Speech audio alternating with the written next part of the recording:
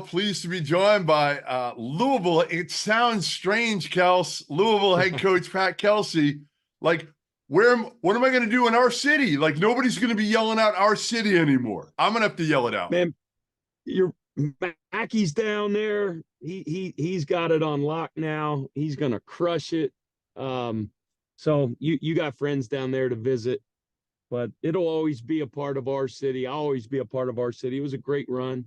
I have so much love and respect for Matt Roberts and the people of Charleston and everything we accomplished there. But man, you're right. When you say that, the new head coach at the University of Louisville gives me goosebumps, man. Makes the hair stand up on my arm. I mean, I grew up 90 miles from this place, Goody.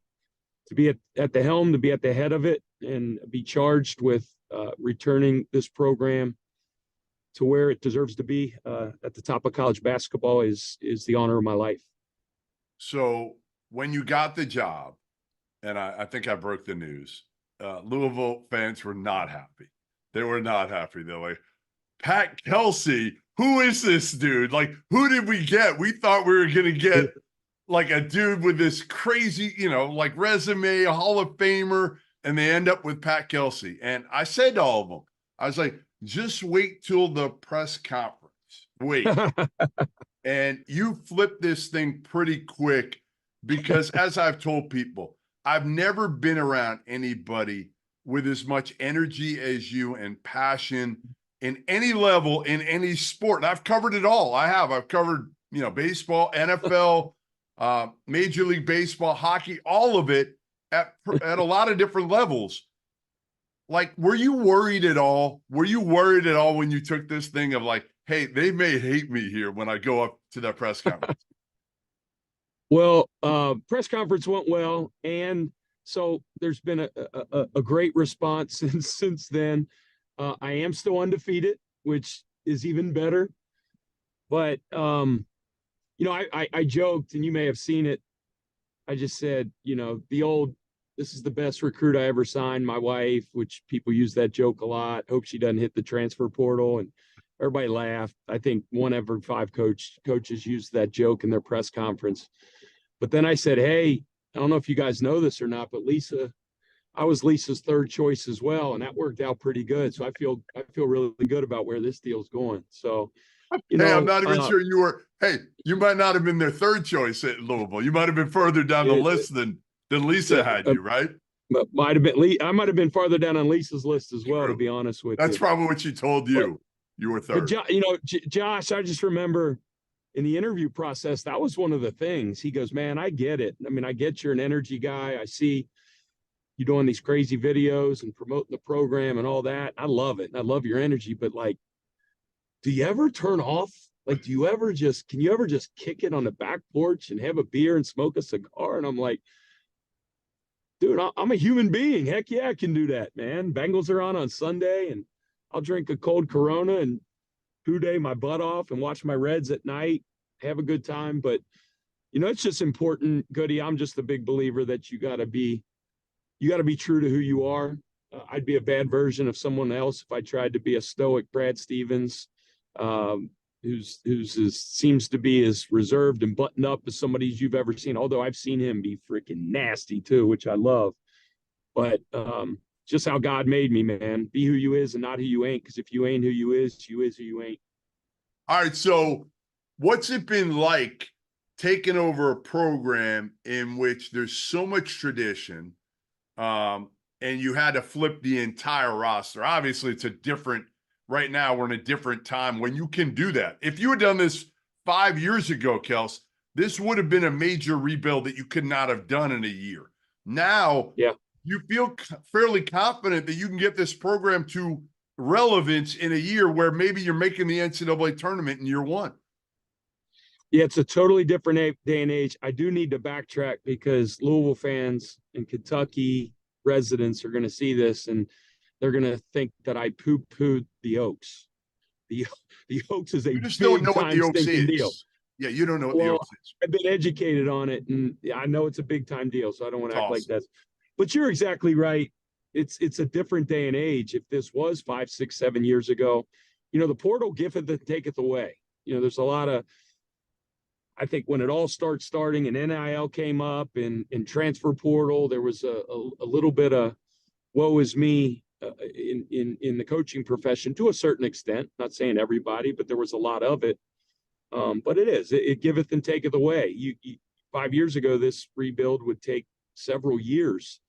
And, in this day and age, it's more a professional sports model where there's a ton of roster management and talent acquisition every single year. And this year's no different. So we're very confident. We're going about this thing and meticulously evaluating every single day, recruiting our butts off. They say drinking out of a fire hose with a straw. Yeah. I have a business friend of mine that told the story that he was hiring somebody one time and he gave them this, big time promotion. He goes, man, this is going to be a huge responsibility.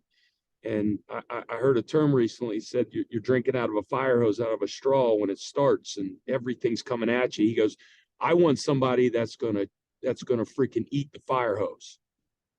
So that's kind of how we're going about it. And I love where we're at. Pieces are starting to fall into place. These next 6 weeks to 2 months before summer school starts will be very, very important. But I love where we're heading. Very, very confident as we head toward this season. Kelsey, your culture is what blew me away at Charleston. Both of these last 2 years, to be honest, but especially the first year I was there.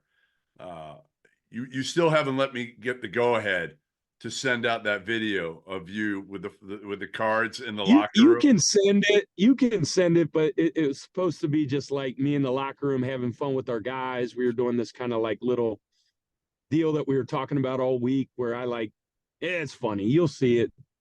You know how I am, Goody. It's just kind of me, and I'm going to be me. And Your eyes.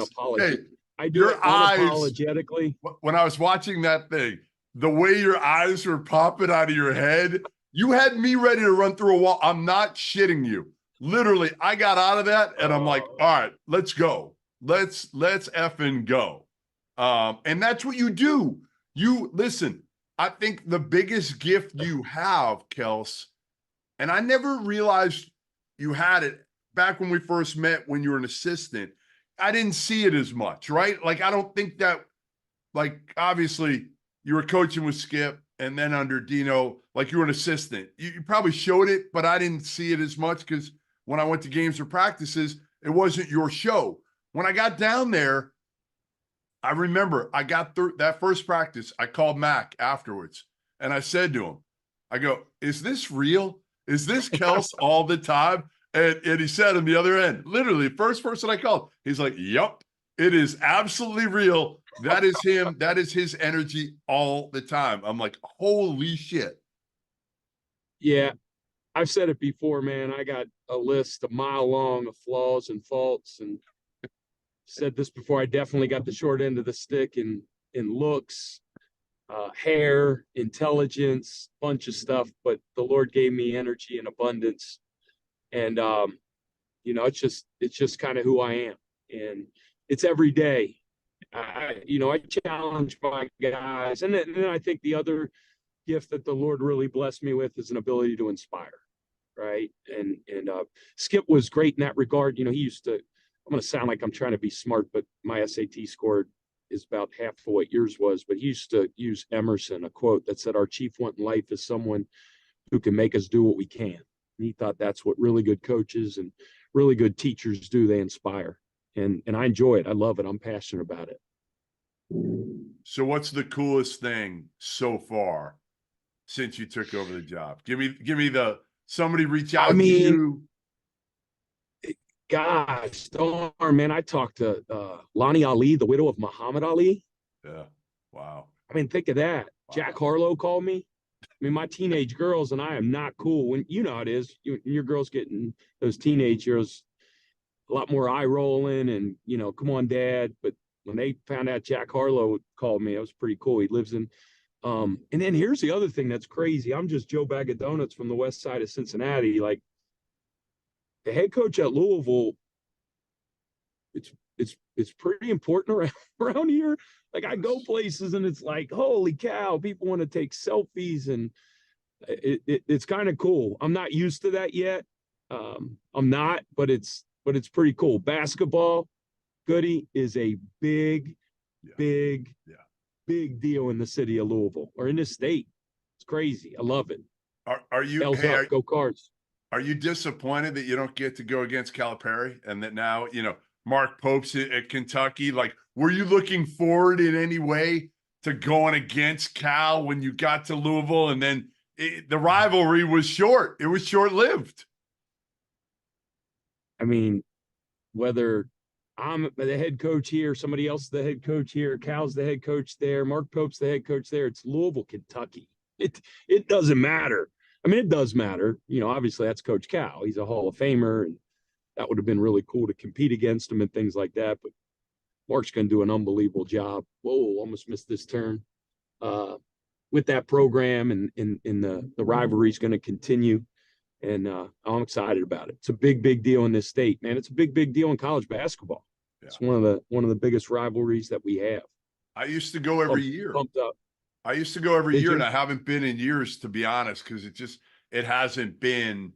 I think the last time I went might have been, it was Matt Calipari. It might have been 3-4 years ago, right after the pandemic, maybe. But it is one of the greatest rivalries. And hey, fans, Louisville fans, I don't think they quite know what they're getting with you yet. I think they see the energy, but what they haven't seen yet is you on the sideline.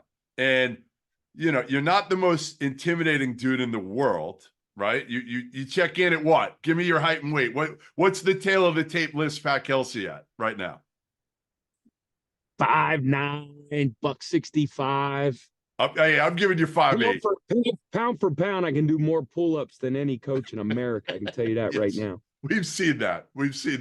But you on the sideline, it's so funny because you get so into it that sometimes, again, like you'll get into it with a coach here or there, but the first thing you do afterwards, like you apologize right away. Like we saw you with Dusty May down in Boca. You kind of got into it a little bit. You will absolutely go at some dudes. But again, I think the first thing you do, because you're so intense and so emotional, right afterwards, it like hits you. And you're like you want to get along with everybody, but in between those lines, you're kind of an animal. I don't know. Those things are few and far between. Every once in a while, a couple things happen and I lose my cool. But for the most part on the sideline, you know how intense I am at practice every day. And during the course of a game, as long as nobody says something to one of my players or says something to me, that I don't think's right, I'm not going to lose my cool throughout the course of the game. But I'm a competitor, man. But so's everybody. That's a coach at the college, at the high school level. You wouldn't be in this thing unless you were. So you're right. Sometimes I let my emotions get the best of me. Sometimes, whether it's my man Pat Scarry, who's a really good friend of mine, who's a tough, competitive dude as well. Dusty is, one of the best coaches in the entire country. But we compete for those 40 minutes, man. It's on. And afterwards, I'm pretty good at, hey, shake hands. The old Skip Prosser, let's go get a beer. All right. So I know you pulled up. The last question I have for you is, can I rent your house in Charleston? Can I rent, is the house available? You better bring a big old fat checkbook, brother. It's going to cost you. No, I'm just kidding. Yeah, call my guy. I know a guy that knows a guy. Yeah, I'm sure you do. I'm sure you do. Listen, we'll see you soon.